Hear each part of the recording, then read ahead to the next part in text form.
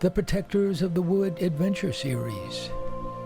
Join our story of misfit teenagers as they struggle to save the world from climate change. Remember that everyone can make a difference, and every action counts. Support us on Patreon at Protectors of the Wood. Episode number 79. Phoebe saves the day. As the mob gathered around the fire, burning in the center of the overgrown lawn in front of the abandoned house, Phoebe hid behind the large old maple tree to the right of the house. People threw old branches and sticks into the fire, and soon the flames leaped up high in the air. After a discussion, two men left the group and walked toward Phoebe. But, well, we were back there last night, and nothing happened. Tonight's different. This is a mistake. If that house burns, I don't want to be here at all. Let's slip away. I see. But I'm not leaving Marcus here by himself. Phoebe sank back against the tree. In a heart-stopping second, the two men walked right by her and on around the house, absorbed in their own worries. All right, come on out. It's time. We know you're in there. Phoebe scanned the lawn and the edge of the forest, looking for a certain kind of branch. Long, strong, and light enough to swing quickly. She was thinking, I've got to hold him off until Tuck gets here. I've got to at least try. I can do it. The fire cackled and the wind blew. We can't wait all night. Come on out if you know what's good for you. As the mob focused on the house, Phoebe moved over to the edge of the lawn near the forest and examined a thick old branch with a heavy knot at the end. She broke off a few thin branches from the main pole. Satisfied, she glided back. In the shadow, the maple tree made against the bonfire, now leaping up 10 feet or more. We're coming in. The leader was clearly visible against the flames. It was Bob Bentley, transformed in the light of the fire from a middle-aged broker into a maniac. Get ready, everyone. We're gonna bring torches. Get 'em lit up good. He stalked toward the house and howled. We need to see to find you. I hope nothing catches fire, but what can we do?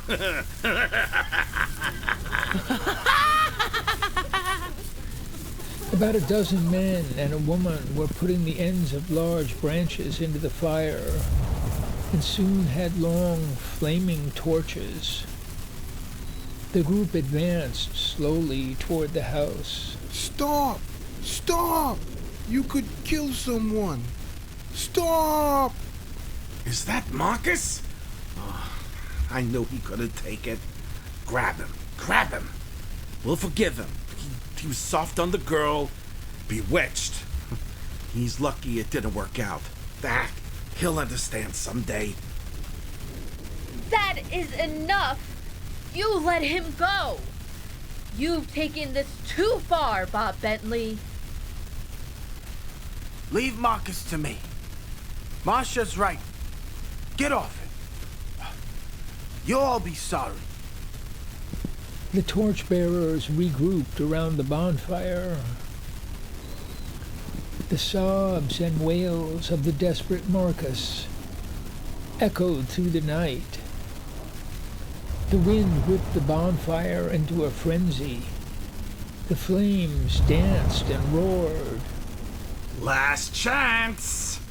Believe me, this is your last chance. The torchbearers approached the edge of the porch. Fine, here we come. I'm sorry for you, but it's all your fault. Phoebe stepped onto the side of the broken porch and advanced to a solid spot in front of the half-open door. She stood there silently, a looming shadow, hard to see clearly in the flickering light. Abby's whisper hissed in the darkness behind her. Phoebe, come back through the door. We'll run out the back. I'm here.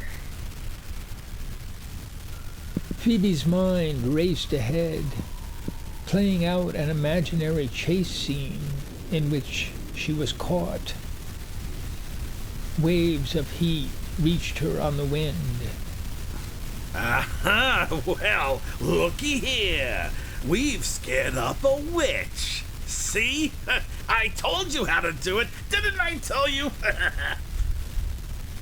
Sweat gleamed on his red face. He smiled and turned to the crowd. Now, don't let her get away. Spread out. Over there. Don't let her run. Here, witchy, witchy. Here, witchy, witchy. He advanced slowly with a flaming branch onto the porch. The others hesitated some distance behind. Phoebe sensed that the group would not rush her. Here, witchy, witchy. Come to Daddy. Phoebe looked for the right spot on the rotten porch to carry her weight and stepped forward suddenly, swinging her 6-foot branch with 2 hands. The heavy end slammed into the raised forearm of Bob Bentley, sending his torch flying through the air and knocking him over with a noise of breaking wood.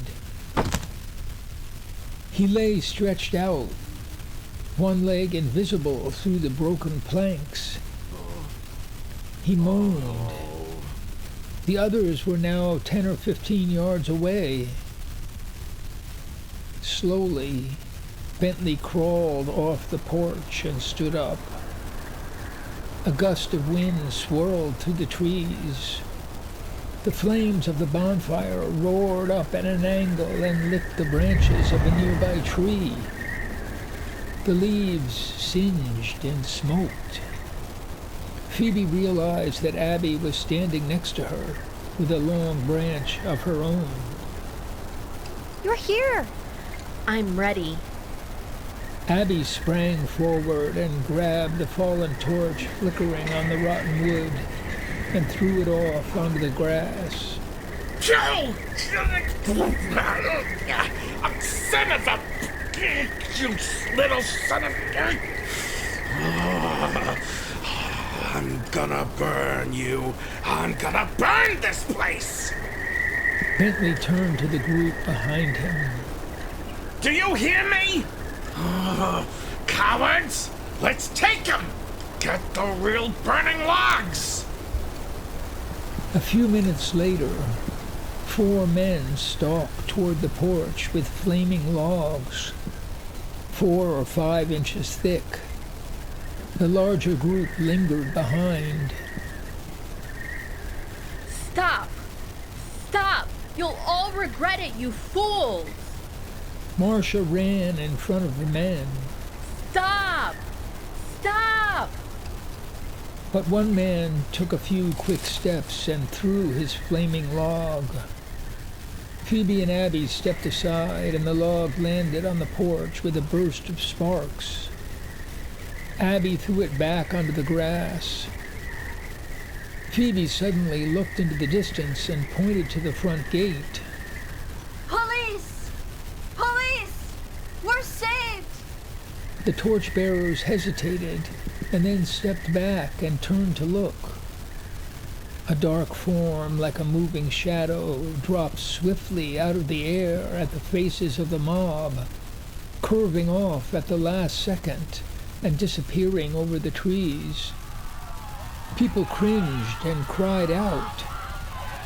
Suddenly, Reverend Tuck ran into the space between the mob and the porch. He raised his hand, palm outward, and roared. Go back! Go back before you commit a crime! What's wrong with you? A bolt of lightning flashed with a terrifying crack, and the long-awaited rain poured down in sheets. The mob turned and fled. Thunder shook the earth. Abby, Phoebe, Reverend Tuck, and Geraldine crowded into the space just inside the door. With a leaping heart, Phoebe realized that Jeremy was there too. The lightning lit up the yard again. The wind blew the tops of the trees over sideways, and their branches moved like snakes berserk in the air. The fire steamed and hissed and slowly went out. Never had Phoebe seen it rain so hard. The wind blew the rain into their faces as they huddled together around the open door. Heavens above! Thank God you're here! Her sense of relief was so powerful, she felt she might burst open. That was a near thing. Whew. But where are the police?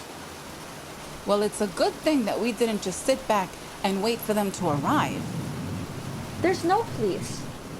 I saw Geraldine on my left, but there's no use in yelling Dr. Bear, so I thought of police. I sent for them, you know. George is supposed to bring the police to the end of Bridge Avenue, but the cars are probably still stuck. Was it my imagination, or did something come out of the sky? Oh, something did, but I couldn't see what it was. I couldn't either. I've always wanted to witness a miracle.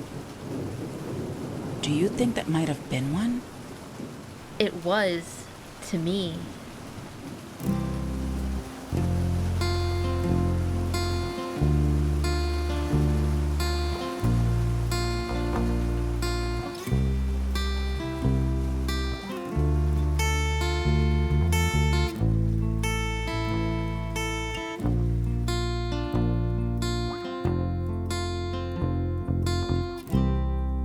Come follow me.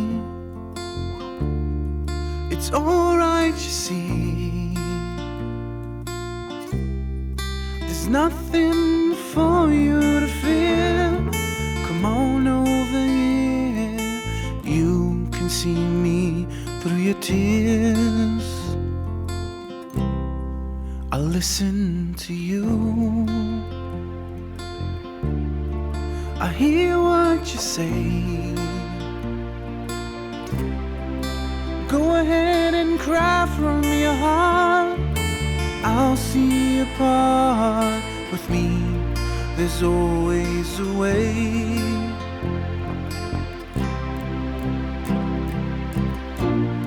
I'll see you wherever you are. You can't be too near or too far. Any place you may happen to be, I can shine for you to see. Come close to me, and you'll surely see how life begins all around. See what you found. Just walk through the door. In my world there's always some more. The best is in store. The real story goes on and on.